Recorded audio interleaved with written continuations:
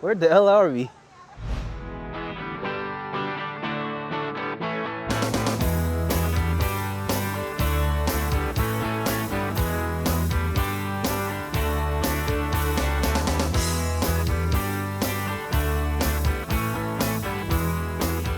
With the invitation from Honda Cars Philippines Incorporated, we took the all-new Honda BRV on a long drive to the City of Pines to answer the most tito question of them all. Kaya bang mag-Baguio niyan? And as you can see, kayang-kaya. No ifs, no buts, this car can. To get to Baguio, we went through a longer route rather than the usual things that you go through, which is like Cannon Road or Marcos Highway. But we went through the road they call the Asin Road.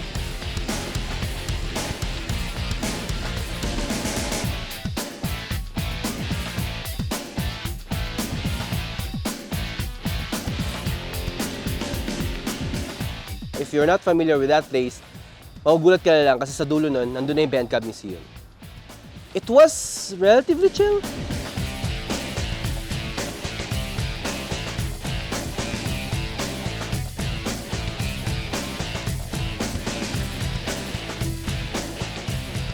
Hindi naman siya nakakahilo.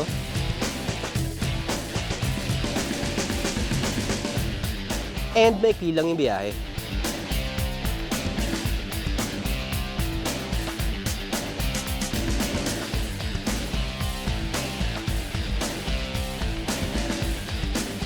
+270 kilometers and X hours of being a driver and a passenger, there are things that we love about the Honda BRV.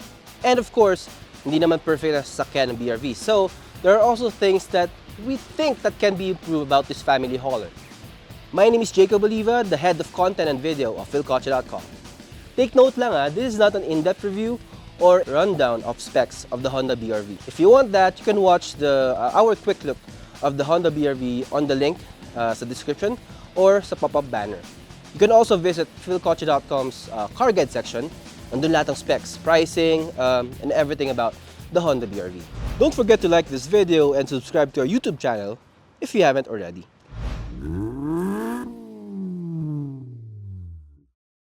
Kotse ba?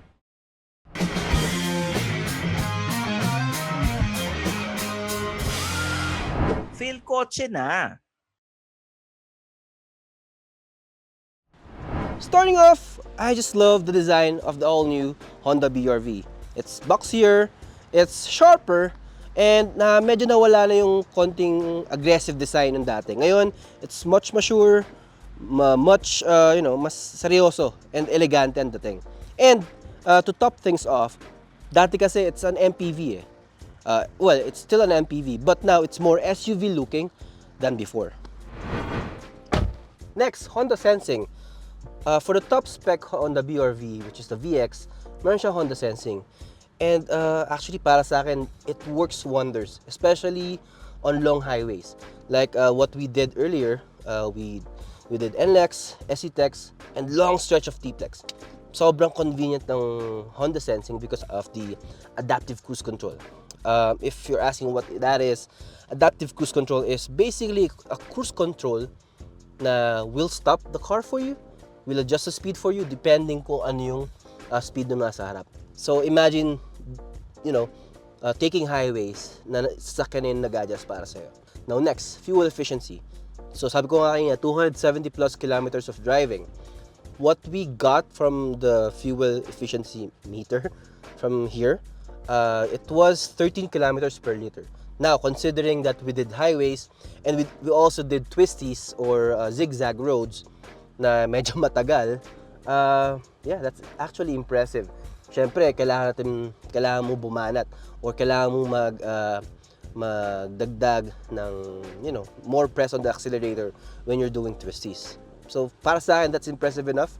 Especially na ang sakay ng sasakyan was 4 people and then luggage and some items at the back. Another one, I love how this car handles. Considering that it has a relatively high ground clearance and medyo mahaba yung wheelbase because it's 7-seater. Medyo impressive how it handles the twisties earlier. Next, the Honda BRV is relatively spacious. Now, it is a 7-seater, but it is also not as big as other 7-seaters, let's say the Fortuner or the Montero Sport, which are, mid-size SUVs.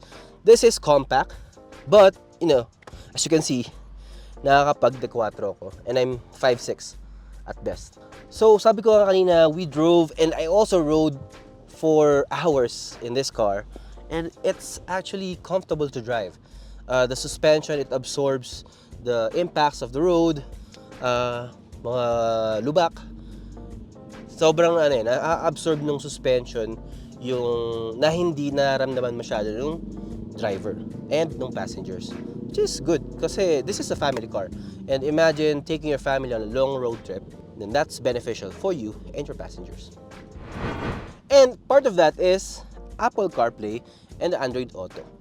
Part of the long road trip is to entertain the people na kasama mo. And malaking bagay na andali, seamless lang yung connectivity nung head unit dun sa phone mo.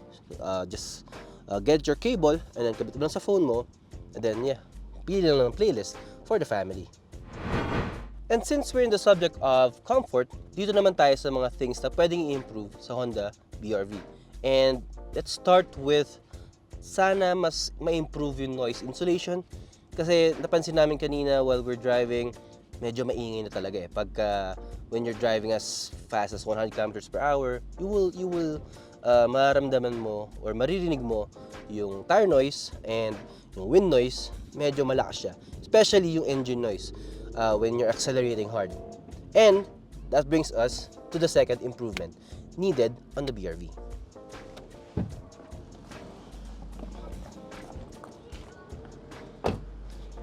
And that brings us to the engine.